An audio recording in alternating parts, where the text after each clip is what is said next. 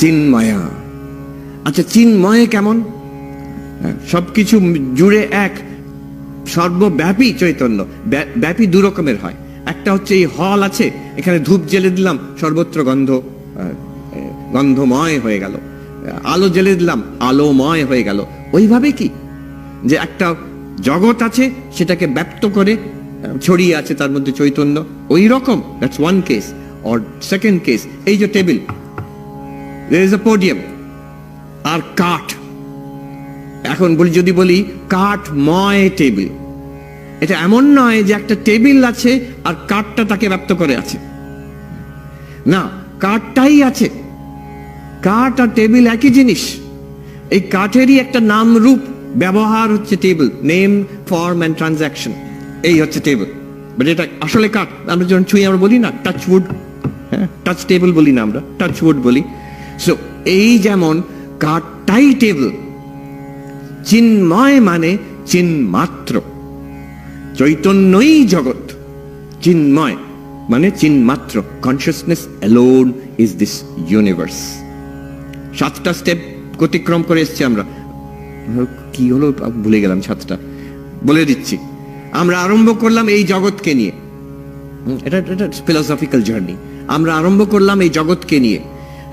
জগৎ স্টেপ 1, পঞ্চভূত বিলাস স্টেপ 2, মায়া বিলাস স্টেপ 3। প্রত্যেকটাতে অনেক যুক্তিতর্ক আছে। তারপরে চতুর্থ স্টেপ 4 হচ্ছে চিদ্বিলাস। 5th স্টেপ হচ্ছে চিন্ময়া, না চিদ্বিবর্ত, appearance of consciousness. 6th step হচ্ছে চিন্ময়া, চৈতন্য ব্যপ্ত। 7th স্টেপ হচ্ছে চিন্মাত্র, কনসিয়াসনেস অনলি। জগৎ দিয়ে আরম্ভ করলাম, এই জগৎটাই ব্রহ্মই, কনসিয়াসনেস অনলি। এতে বলছে মুন্ডক উপনিষদে, কি সুন্দর কথা, ব্রহ্মৈবেদম অমৃতম পুরস্তাৎ। ব্রহ্ম কোথায়?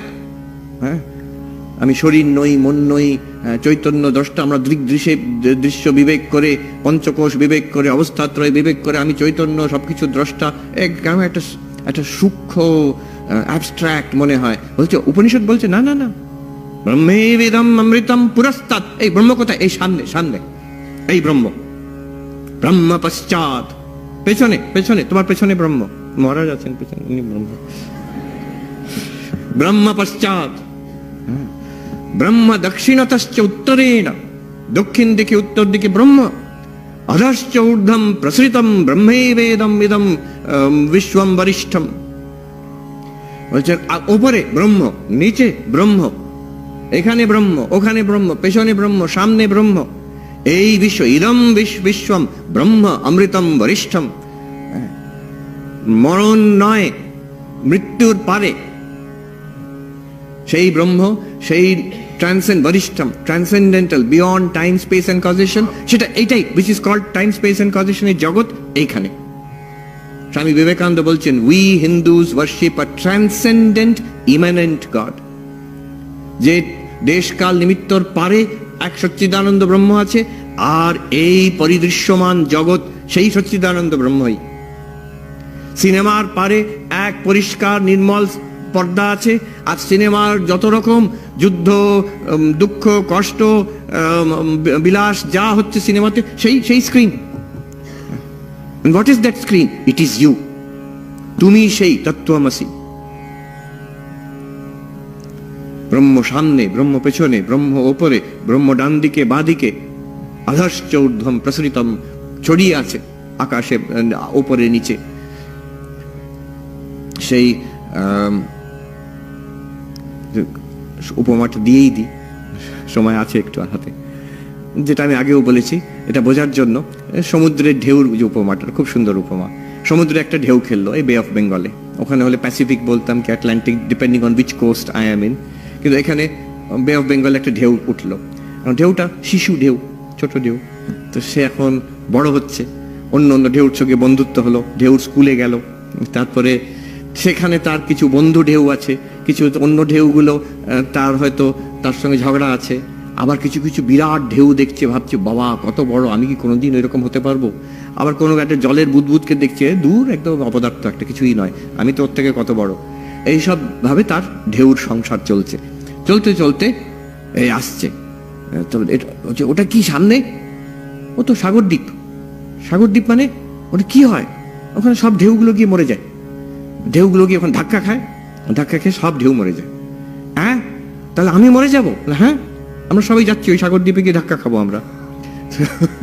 তো সে তখন ঘাবড়ে গেল, আরে তাহলে কি হবে? তখন পাশে আরেকটি ওই বেদান্তের ঢেউ আসছে আর কি।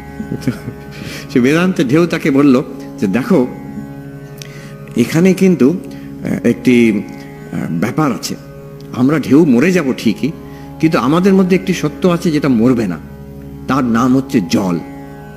আমরা জলেরই কার্য, জল আমাদের কারণ, কার্যটা মরে যায়। এই যেমন তোমার ঢেউ যেটা কার্যটা উঠলো, এখন তুমি ঢেউটা বড় হচ্ছ, কিছুক্ষণ পরে গিয়ে ওখানে ধাক্কা লাগবে অন্য ঢেউর মতন, সেই ঢেউর যে নাম রূপটা নষ্ট হয়ে যাবে। কিন্তু তুমি তোমার কারণ মানে মেটেরিয়াল সাবস্টেন্স যেটার থেকে তুমি হয়েছো, সেটার নাম জল, সেটা কিন্তু মরবে না। আগে জল ছিল, এখন তাকে ঢেউ বলছো, পরে আবার ভেঙে গিয়ে সেটা ফেনা হয়ে যাবে সাগর দ্বীপে ধাক্কা লেগে, জল থাকবে কিন্তু আগে জল, মাঝখানে জল, শেষে জল। তো তখন বলো, আচ্ছা দারুণ ব্যাপার তো, জলটা তো বেশ ভালো, ঢেউ হওয়ার থেকে জল হওয়া ভালো, তাহলে মরবো না আমি।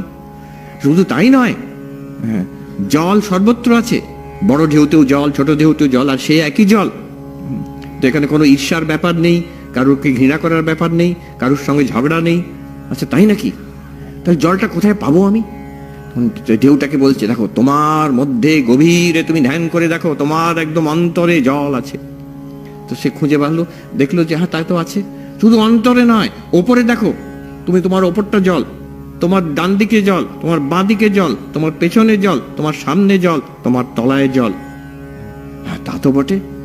আর এই যে তুমি যে যা ঈর্ষা করছিলে, ওই যে বড় ঢেউ, সে জল, আর সে আলাদা জল নয়, তোমার আর তার মধ্যে কোনো বাউন্ডারি নেই।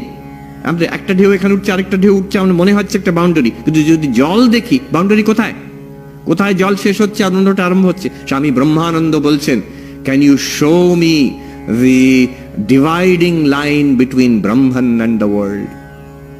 চৈতন্য আর জগতের মধ্যে তুমি মার্ক ডিভিশনটা আমাকে দেখাতে পারো? সেটাই আমরা ব্যাখ্যা করছি। পুরো এই টক ইজ অ্যাবাউট দ্যাট। সর্বত্র সে এক জল, কারুর প্রতি ঈর্ষা করার দরকার নেই, কারুর প্রতি বিদ্বেষ করার দরকার নেই, পারবেও না বিদ্বেষ করতে। আর শুধু তাই নয়, এই সব জলটাই তুমি, সমুদ্রটাই তুমি। ঢেউর থেকে বড় হচ্ছে জল, সমুদ্র থেকে বড় হচ্ছে জল। কেন? ঢেউটা জলের উপর নির্ভর করে, জল ঢেউর উপর নির্ভর করে না। একসময় ঢেউটা থাকবে না, কিন্তু জল থেকে যাবে। সমুদ্রও জলের উপর নির্ভর করে, জল ছাড়া সমুদ্র হয় না, কিন্তু সমুদ্র ছাড়া জল হয়। এই গেলাসে বোতলে জল আছে, সমুদ্র থেকে আলাদা, বাষ্পতে জল আছে। So you are that one water. তাহলে মৃত্যুর ভয় চলে গেল, কোনো ঈর্ষা নেই, কোনো বড় ছোট নেই, কারুর সঙ্গে দ্বন্দ্ব নেই। This is this idea. এবার Shankaracharya, this is our second attempt to understand, যে আমরা করছি সেকেন্ড অ্যাটেম্প্ট। নাও ক্লোজার, আরো সূক্ষ্ম বিচার। শঙ্করাচার্য বলছেন, এ খুব সুন্দর বোঝা যাবে,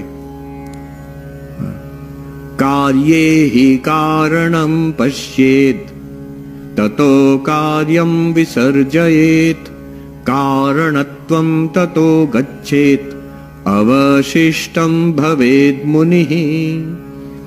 বলছেন কার্যের মধ্যে, উনি ঘটের উদাহরণ নিচ্ছেন, ঢেউর উদাহরণ নেওয়া যেতে পারে। কার্য হচ্ছে ঘট কিংবা ঢেউ, তার মধ্যে কারণটা দেখো কি দিয়ে তৈরি। এই টেবিলটা কাঠ দিয়ে তৈরি, ঢেউটা জল দিয়ে তৈরি, কলসিটা মাটি দিয়ে তৈরি। তুই তার মধ্যে আগে মাটিটা দেখো, কার্যর মধ্যে কারণটা দেখো। কোথায় দেখবে? ভালো করে নিরীক্ষণ করে দেখো। ওই যে কলসিটা, তার মধ্যে মাটি, মৃত্তিকা কোথায় আছে? ওপরে আছে, তলায় আছে, সাইডে আছে, ভেতরে আছে, থ্রু অ্যান্ড থ্রু। ওর মধ্যে একটি জিনিসও নয় যেটা মাটি নয়। ঢেউর মধ্যে জল কোথায় আছে? সবটাই, ভেতরে, ওপরে, নিচে, চারিদিকে। Every bit of it is water. In fact জল ছাড়া ঢেউতে কিছু নেই, মাটি ছাড়া ওই কলসিতে কিছু নেই, এই কাঠ ছাড়া এই টেবিলে কিচ্ছু নেই। কার্যে হি কারণম পশ্যেত। তাহলে সর্বত্র যদি এটা কাঠ কিংবা যে ঢেউতে শুধু জল, কলসিতে শুধু মাটি আছে, তাহলে তত কার্যম বিসর্জয়েত, কার্যকে ছেড়ে দাও। তাহলে বলছে কলসি বলে কোনো জিনিস নেই, মাটি আছে, দেখাচ্ছে কলসি, নাম রূপ ব্যবহার সব এই টেবিল বলে দেখাচ্ছে, কিন্তু আছে মাটি, আছে আছে কাঠ। Let go of the effect, let go, ওই কলসিটা মন থেকে সরিয়ে দাও। নাও ফোকাস অন দ্যাট, ওই মাটির উপরে ফোকাস করো। তারপরে কি হবে? কারণত্বম তত গচ্ছেদ। আচ্ছা, মাটির থেকে মাটির কলসি হয়েছে, কিন্তু কলসি বলে কোনো জিনিসই নেই, মাটিই তো আছে, তাহলে মাটির থেকে কিছু হয়েছে। Other than the clay, is there anything else in the pot? Clay ছাড়া কিছু হয়েছে? আগে ছিল মাটি, এখনো আছে মাটি, মানে কেন কলসি হয়েছে? কিন্তু কলসি কোনটা? যদি বলেন মাটিও আছে কলসিও আছে, দুটো শব্দ ব্যবহার করা হলো, দুটো জিনিস দেখান আমাকে। বলেন যে না কাঠও আছে টেবিলও আছে, কাঠ এই এটা দেখান, এবার আমাকে কাঠ দেখান আর টেবিল দেখান সেপারেটলি, দেখাতে পারবেন না। একমাত্র সেইটাই আছে। তাহলে কি রইলো শেষ পর্যন্ত? কি দাঁড়ালো? মাটি রইলো। মাটি নয়, এটা আমাদের কলসি, কাঠ, টেবিল, জল, ঢেউর কথা নয়, এটা হচ্ছে ব্রহ্ম জগতের কথা। অবশিষ্টম ভবেত মুনি, শঙ্করাচার্যের এখানে সুন্দর টাচ। শেষে কি রইল? তুমিই রইলে। শেষে you are left. when you analyze, দেখবে এই জগৎ প্রথমে দেখবে, বিচার করে করে 7 steps you reduce it, কি রইল? চিন্মাত্র, কনসিয়াসনেস। তাহলে জগৎকে বাদ দিয়ে দাও। দেখছো জগৎ, যেমন দেখছি কলসি, মাটি কিন্তু, দেখছি সিনেমা, পর্দা কিন্তু, দেখছি টেবিল, কাঠ কিন্তু, দেখছি জগৎ, চৈতন্য কিন্তু। On what analysis? ওই যে 7 স্টেপ আমরা করলাম, কনসিয়াসনেস অনলি। এই কনসিয়াসনেস থেকে জগৎ হয়েছে, এই শব্দটা, এই ধারণাটাই ছেড়ে দাও। জগৎ হয়নি, কনসিয়াসনেসই আছে, দেখাচ্ছে এই রূপে।